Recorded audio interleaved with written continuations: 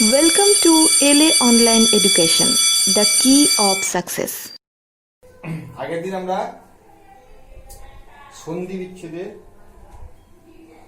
সূত্র শিখেছিলাম কিছু। আচ্ছা, আজকে আমরা দেখো কারক ও বিভক্তি তোমাদের কিছুটা ধারণা দেবো। কারক নির্ণয় এটা ব্যাকরণের একটা বড় অংশ, এটা একদিনে হবে না। তো প্রাথমিক একটা কারক সম্পর্কে ধারণা তোমাদের দিচ্ছি যে কারক, প্রথমেই কারকটা কি জানতে হবে। কারক কাকে বলে, যেটা পরীক্ষায় পড়ে আমাদের, তোমাদের ব্যাকরণে দেখবে বেশ বড় করে একটা সংজ্ঞা দেওয়া আছে। ওই সংজ্ঞা তোমরা পড়ে মনে রাখতে পারবে না। আমি তোমাদের একটা সহজ সংজ্ঞা বলেছি কারকের, সেটা তোমরা লিখে নিতেও পারো বা মনে রাখলেও চলবে। কারক কাকে বলে বা কারক কি বলতে কি বোঝো। আসলে একটা বাক্যে, যে কোনো একটা বাক্যে দেখবে একটা সমাপিকা ক্রিয়া থাকবেই। সেই সমাপিকা ক্রিয়ার সাথে ওই বাক্যটার অন্য যে পদগুলো আছে, অর্থাৎ বিশেষ্য বা বিশেষ করে সর্বনাম যে পদগুলো আছে, সেই পদগুলোর যে সম্পর্ক বা সম্বন্ধ, এটাকে কারক বলে। এমন কোনো বাক্য আছে, দেখবে নিশ্চয়ই আছে, দেখবে ওই বাক্যের সমাপিকা ক্রিয়ার সাথে এমন কিছু পদ আছে যেগুলো কোনো সরাসরি সম্পর্ক নেই, তখন সেগুলোকে আমরা অকারক সম্বন্ধ বা অকারক পদ বলব। তাহলে কি বোঝা গেল? যদি একটা বাক্য লিখি, যে কোনো একটা বাক্য, ধরো মনে করো যে কোনো একটা বাক্য, আমি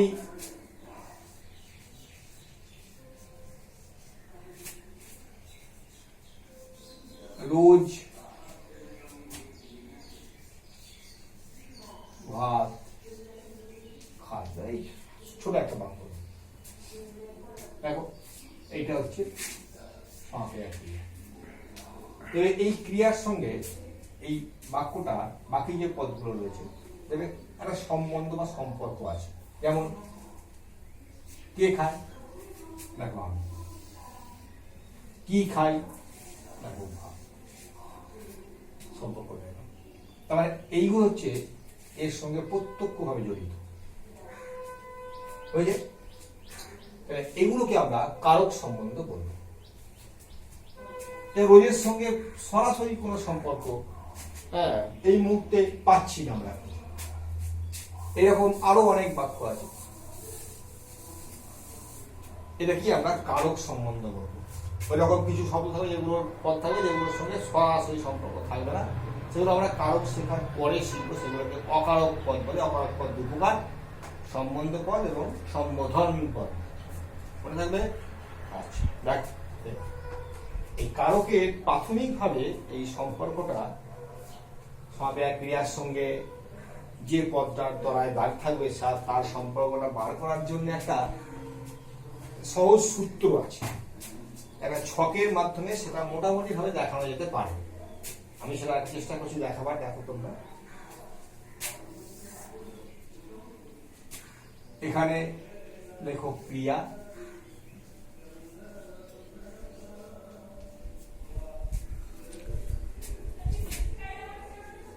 এখানে দেখো প্রশ্ন, এখানে দেখো সম্বন্ধ।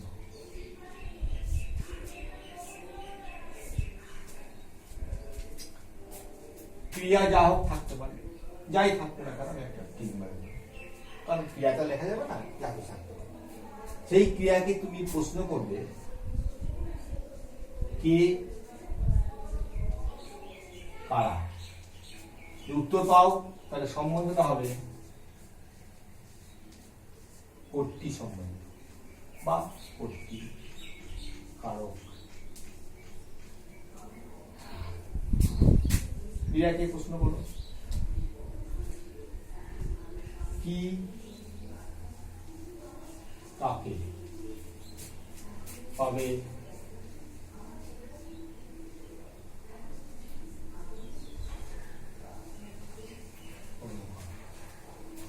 ক্রিয়াকে প্রশ্ন করো দ্বারা দিয়া কর্তৃক, আরেকটা আছে কিভাবে, দ্বারা দিয়া কর্তৃক এই চার রকম প্রশ্ন দ্বারা করা যাবে। যদি উত্তর পেয়ে যাও তারা লিখবে করণ কারক।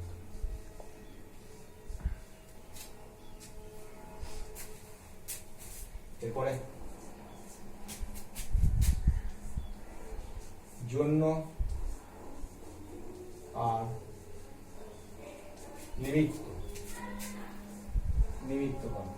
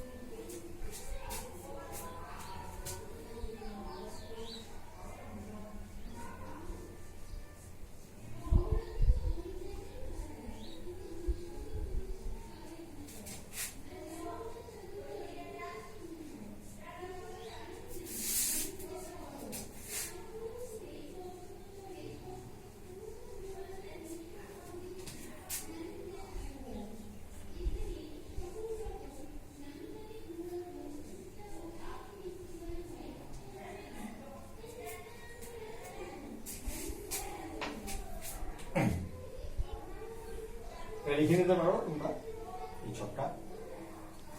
ক্রিয়া, সমাবেশ ক্রিয়া, তাকে প্রশ্ন করবে কে বা কারা পাবে কর্তৃকারক।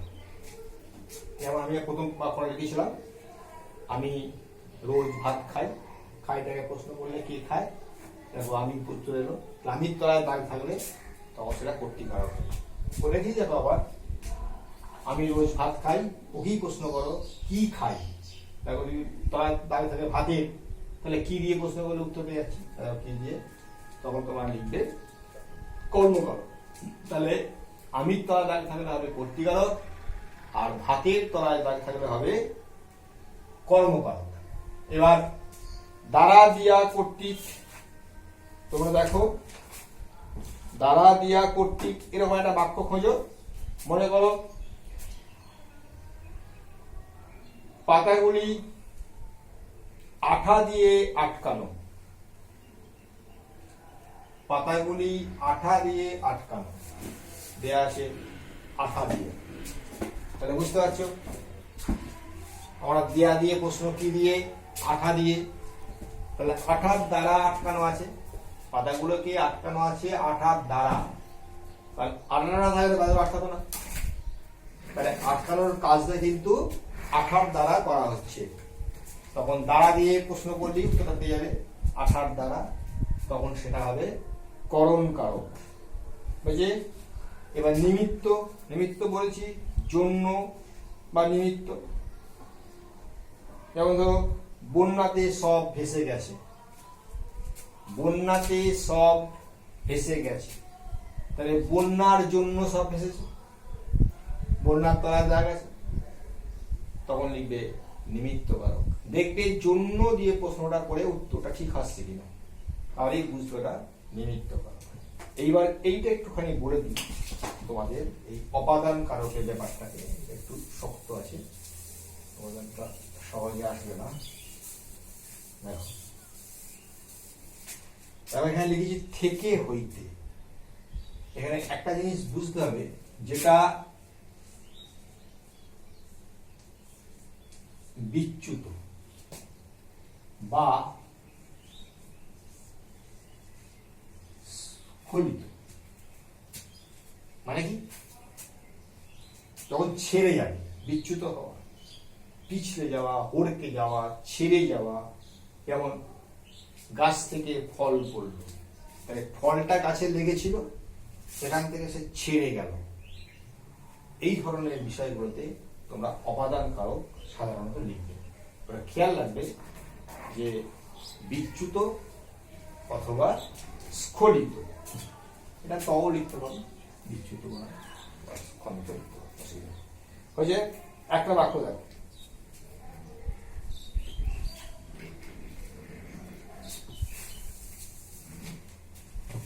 মনে করো তার চোখ দিয়ে জল পড়ছে। কি বাক্য আছে? তার চোখ দিয়ে জল পড়ছে। মনে করো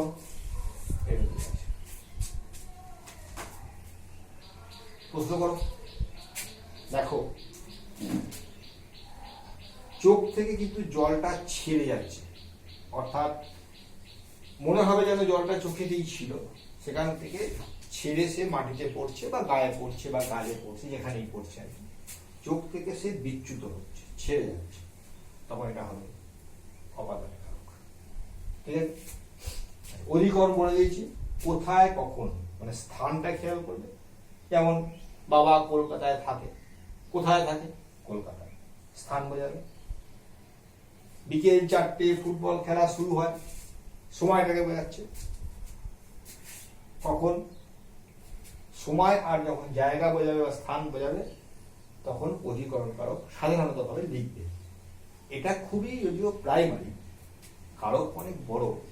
এই অধিকরণের অনেক ভাগ, অপাদানের অনেক ভাগ, করণের অনেক ভাগ, এসব অনেক ডিটেলসে আছে। তোমরা ক্লাস 10 বা 10ম শ্রেণীতে গিয়ে তোমরা একটু ডিটেলস মোটামুটি শিখবে। তবু আমি এই প্রাইমারি ভাবেই কতগুলো করা যায়, আমি এই মোটামুটি ধরো 6টা বাক্য লিখি আজকে, দেখি কিভাবে আমরা এগুলোকে বুঝতে পারছি। 1-2 করে 6টা বাক্য লিখে নিই, তারপর আমরা দেখবো সেখান থেকে আমরা কারক নির্ণয় করতে পারছি। ঠিক আছে,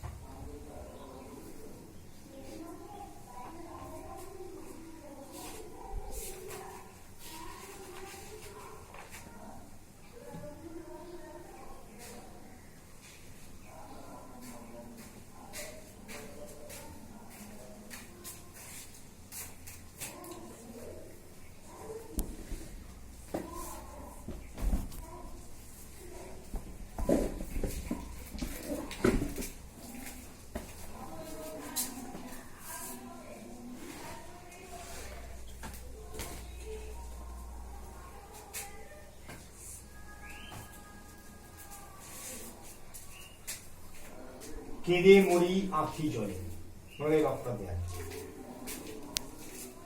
আখি জলের তলায় দাগ আছে। একটু শক্ত করা বাক্যটা দিলাম বোঝানোর জন্য। দেখো তাহলে আখি জলে দ্বারা আমি কেঁদে মরি, অর্থাৎ আমার কান্নাটা আখি জল দ্বারা সম্পন্ন হচ্ছে, তাই এটা হবে করণ কারক। হলো, বোঝা গেল? আরেকটা দেখো, এতগুলো ভুল, ধরো তোমাদের কোনো মাস্টার হয়তো বলছে এতগুলো ভুল আমি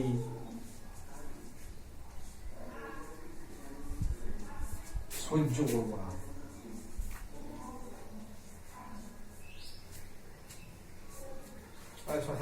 এইটুকু লেখা এতগুলো ভুল, এতগুলো ভুল আমি সহ্য করবো। চলে এসো ক্রিয়া। তাহলে কি সহ্য করবে না? প্রশ্ন করলে কি আসছে? ভুল সহ্য করবে না। দেখো ভুলের আমরা ছকে পেয়েছি, কি হলে কি কারক হয় আমরা জানি, কর্মকারক হয় কি হলে, বুঝে গেল? আর একটা বাক্য দেন,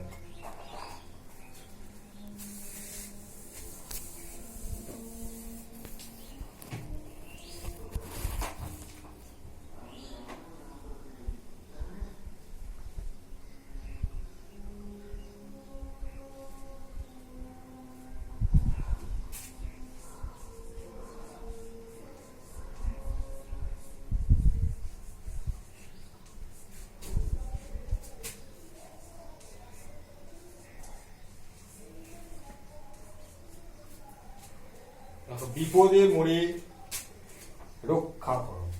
খুব এটা খুব আমাদের শোনা কথা। দেখো প্রশ্ন করে আবার,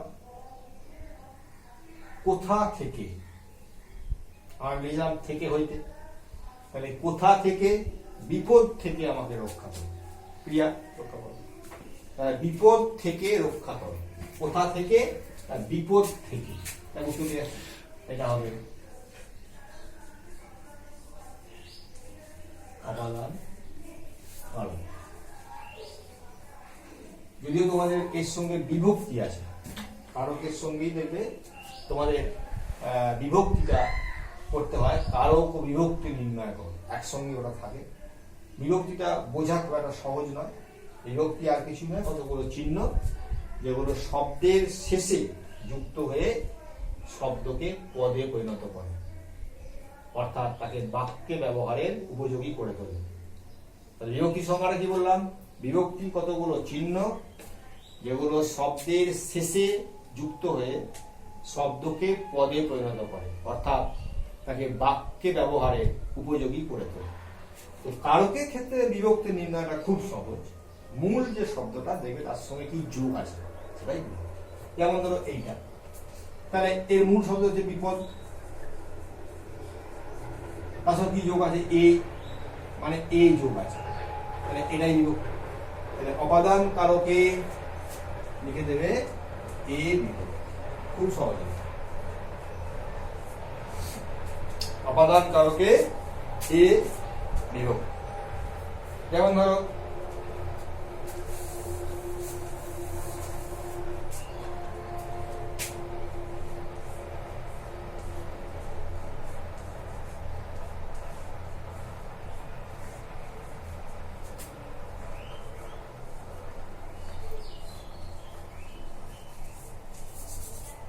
জটায় চিনি সন্ন্যাসী, মনে হয় তো তাহলে চিনতে পারি বা চিনি, তাহলে আমরা কার দ্বারা চিনি? জটার দ্বারা চিনি বা জটা দিয়ে চিনি সন্ন্যাসী। কারণ আমরা যারা দেখলি ভাবি সন্ন্যাসী বোধ, তাহলে জটায় চিনি সন্ন্যাসী মানে হচ্ছে জটার দিয়ে বা জটার দ্বারা চিনি, দ্বারা দিয়ে বলেছি করণ কারক। তাহলে এটা কি হবে? করণ কারকে বিভক্তি নির্ণয় করো। মূল শব্দটা কি? জটা, তাহলে কি পড়ে রইল? অন্তস্থ, বিভক্তি হবে, অন্তস্থ বিভক্তি। বিভক্তি নির্ণয়টা কিন্তু খুবই সহজ, মূল শব্দটাই আনতে হবে। মনে করো মূল শব্দটাই দেওয়া আছে, যেমন তোমরা পড়লে আগে একটা বাক্যতে এতগুলো ভুল আমি সহ্য করবো না, ভুল, মূল শব্দটা ভুলই, তার মানে কি বোঝা গেল? ওর সঙ্গে কোনো বিভক্তি নেই। কিন্তু বিভক্তি নেই লিখলে হবে না, তোমাকে লিখতে হবে শূন্য বিভক্তি। যেমন ওটা ছিল কর্মকারক হয়েছিল, তোমাকে লিখতে হবে কর্মকারকে শূন্য বিভক্তি। বোঝা গেল? তাহলে বিভক্তি নির্ণয়টা কিন্তু খুব কঠিন নয়, কঠিন হচ্ছে কারক নির্ণয়। এত শক্ত এটাকে অনেক ভাগগুলো পুঙ্খানুপুঙ্খ না জানলে এটা একটু শক্তই আছে। তবু আমি একটা দেখছি আর কি, তোমাদের দেখানোর চেষ্টা করছি, এটা ওরই মধ্যে একটু শক্ত পাওয়া দেখছি। দেখাচ্ছি, দেখো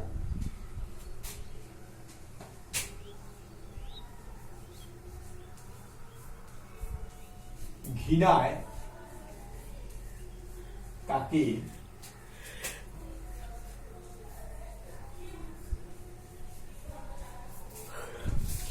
তাকে উপেক্ষা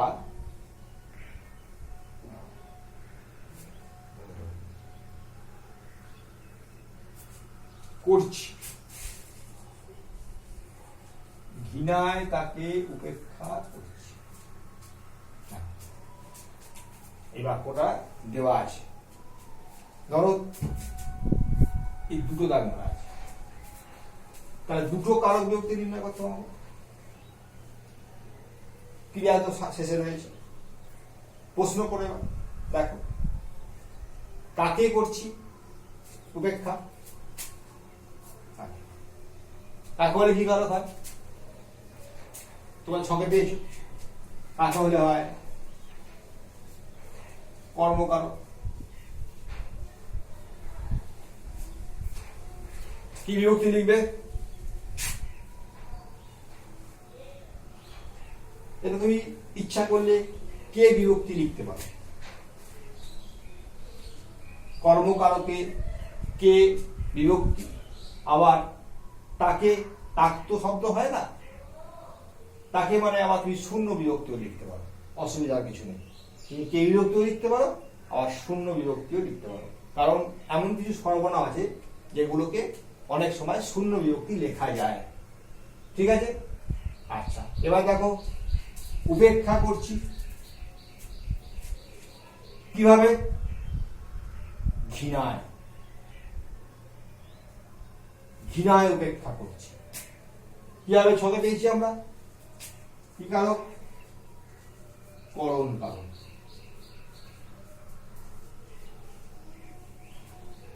দেখো মূল শব্দটা কি? ঘৃণা পর্যন্ত মূল শব্দ, আসল শব্দটা ঘৃণা। তাহলে করণ কারকে অন্তস্থ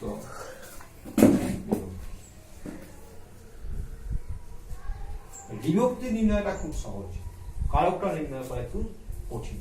মানে এই প্রশ্ন করে করে তোমাদের ছকটা আছে, মোটামুটি তোমরা একটা স্ট্যান্ডার্ড পর্যন্ত তোমরা এটাকে করতে পারবে, কিন্তু একটু কঠিন দিলে আর এই ছকের থেকে আসবে তখন নিজস্ব বুদ্ধি তার সঙ্গে প্রয়োগ করতে হবে, তবে এটা করতে পারবে।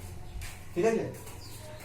আমাদের স্যারের ক্লাসটা ভালো লাগলে সবাই লাইক করবে এবং শেয়ার করবে।